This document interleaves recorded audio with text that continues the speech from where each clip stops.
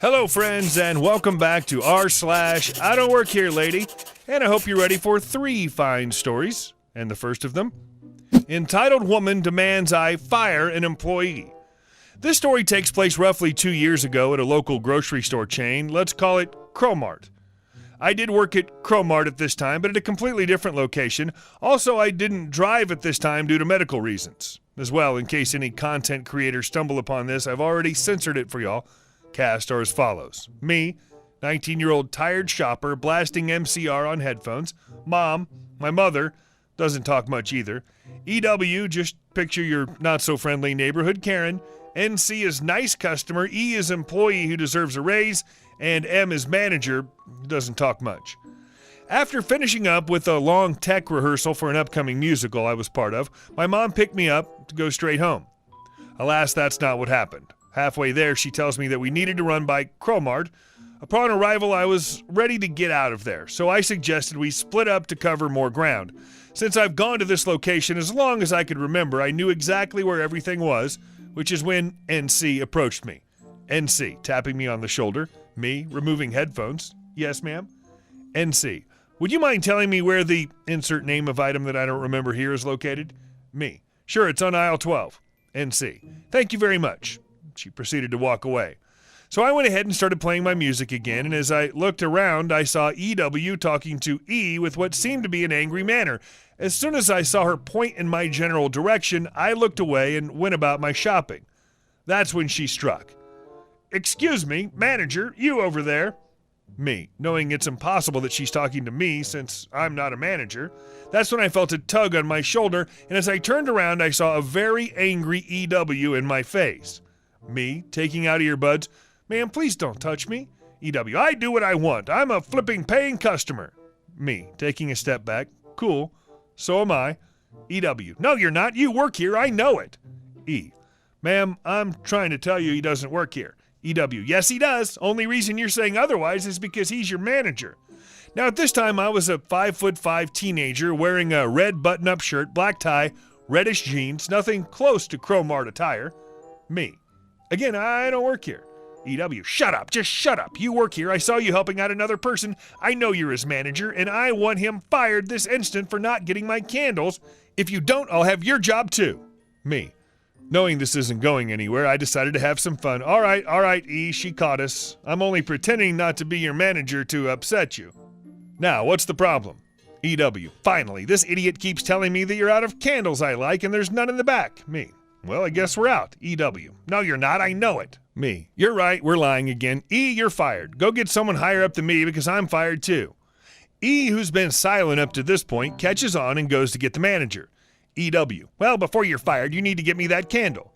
Me, find it yourself. You said you'd have my job, and guess what? You've got it. Your boss will be here in just a moment, so I suggest you get to work. EW, visibly shocked. Wait, what? At this time, E and M show up. M, what's going on here? Me, oh, hey, boss, here's your new employee. I hired her to take my place since I'm fired now. EW, no, I don't want... Me, but of course you do. You said you could do it better. Isn't that right, boss? M, trying to suppress a grin. Sir, you don't even work here. Me, oh, I know, but she insists I am. EW, but you do work here. M, no, ma'am, he doesn't. Looks at me. Sir, you can go now. E filled me in already. Sorry for the holdup. Me, it's all right. It's been fun not working for y'all. I leave M, E, and EW to sort things out. And a short while later, while I was waiting for my mom up front, I look over and see E speaking to NC. NC sees me, waves, and starts walking towards me with E, who had a worried look on his face. NC, sorry to bother you again. Me, oh, it's no problem. What can I do for you? NC, nothing really. I just wanted to tell you how great of an employee E is and how helpful he was. E, ma'am, I appreciate this, but NC, it's all right. Don't be embarrassed. I just believe that management deserves to know good workers who help their customers. Me, ma'am, I'm glad you had a great experience and all, but I don't actually work here. NC, you don't? Well, you seem to know where everything is, and you were quite helpful. Me, that's because I've gone to this store as long as I can remember, and as for helping you, I don't mind since you asked nicely. NC, oh well, I'm sorry to bother you. Have a wonderful day. She left to find the actual manager. It was an interesting day, to say the least. It's a costume. No, really. My office had a Halloween-themed sales event today where everyone had to come in costume. And since I don't normally dress up for Halloween and I didn't want to burn money on a single-use costume, I asked a mechanic friend if I could borrow one of his jumpsuits from work, and he obliged. This was good both because it was a free costume and because it had a comedic element. Anyone who works with me knows I have a medical condition that disqualifies me from driving, so having never owned a car, let alone worried about car maintenance. So I was at the bus stop at the side of the road in my costume when a frantic woman came running up to me. Frantic woman: "Sir, excuse me, my car broke down and I have no idea what's wrong. I'm headed to work and I really can't wait for a tow. Would you mind taking a look?" "Oh, I'm sorry, this is actually just a costume." "Do I look like I was born yesterday?" "No, really, I'm headed to a Halloween thing." "At 8 a.m. on Monday? Look, if you don't want to help me, be man enough to say so. Don't go making up a wild story." "I can't help you. I don't even drive a car. I've never owned a car. I'd help you if I could." "A mechanic who's never owned a car? Why are you jerking me around?" "I'm not a mechanic. This is a costume." "I've got a baby in there. You're going to let a baby sit in a hot car because you're too lazy to take a quick peek under my hood?" "Thought you said you were going to work." "That's beside the point. Are you going to help me or not?" "I can't. I'm not a mechanic." "I'm not stupid." "I didn't say you were stupid. I said I'm not a mechanic. I'm going to call your boss and tell him all about this. You better believe I'm posting it on Yelp, too." "You don't think it's the least bit strange that a car mechanic's here at a bus stop? Turn around. Let me see where you work." My buddy's company logo's on the back of the suit and his name is embroidered on the front. Me. Fine, whatever. So she dials the phone and puts it on speaker. "You have 2 seconds to change your mind. You're about to get fired." Me. "Doubt that. You don't know where I work." She sputters inaudibly. BB is Buddy's boss. "BB, General Auto Shop. How can I help you?" "Yes, my car's broken down on the side of the road and your mechanic won't help me get it started." Ma'am, you sure you got the right shop name? We don't offer roadside assistance." "Well, I didn't call for roadside assistance, but he's right here and refuses to help me." "Ma'am, mechanics don't have to do anything outside of the shop or off clock. If you want roadside assistance recommendations, or you don't understand. He offered to take a look and took $20 from me and now he isn't doing anything. He's just standing here refusing to help me." First of all, that's a bold-faced lie. I've rarely seen an adult lie so shamelessly out of nowhere. Second, if I just ripped her off for $20, why would I still be there? It wasn't even a well-conceived lie. "Well, I can't have that. Are you sure it was one of my guys? Did you catch his name tag?" "It says Mike." BB, calling to someone in the back. "Hey, did Mike leave?" My buddy. "Mike? No, boss. What's up?" BB. "Listen, I don't know who this is, but don't you be prank calling this line again." BB hung up, and I just smiled dumbly at her. Me. "Anything else I can help you with?" "You're all just grease monkeys. Thank God I went to college and I'll never be stuck in a job like this and have morals that wouldn't leave a woman stranded on the side of the road and play such a mean trick." She was still going on as I climbed onto the bus.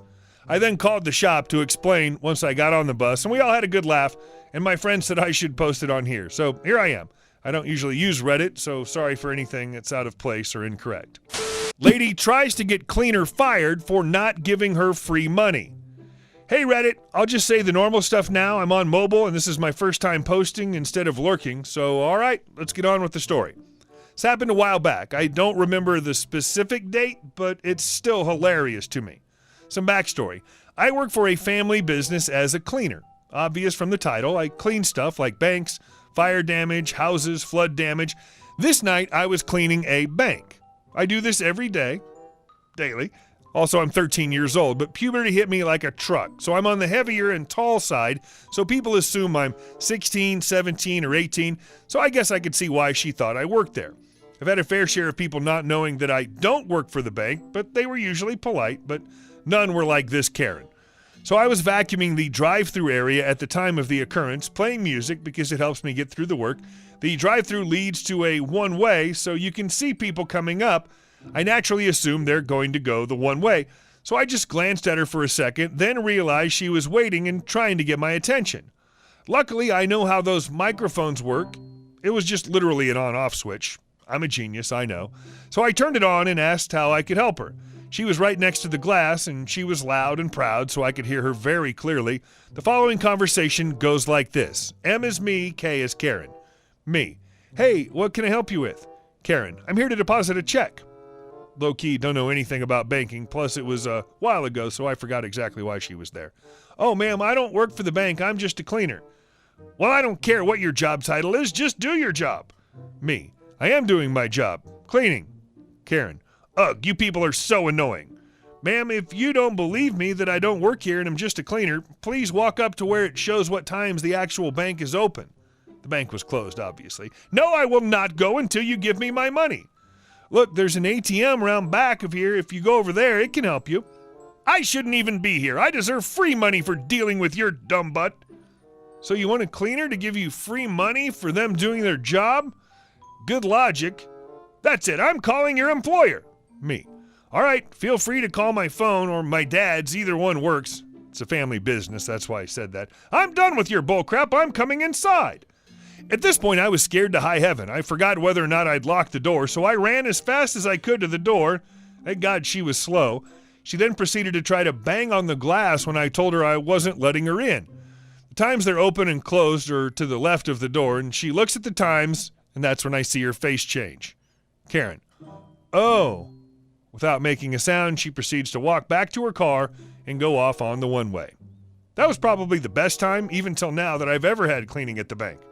Hey guys, thanks so much for watching. I hope you enjoyed it, and I'll see you in the next video.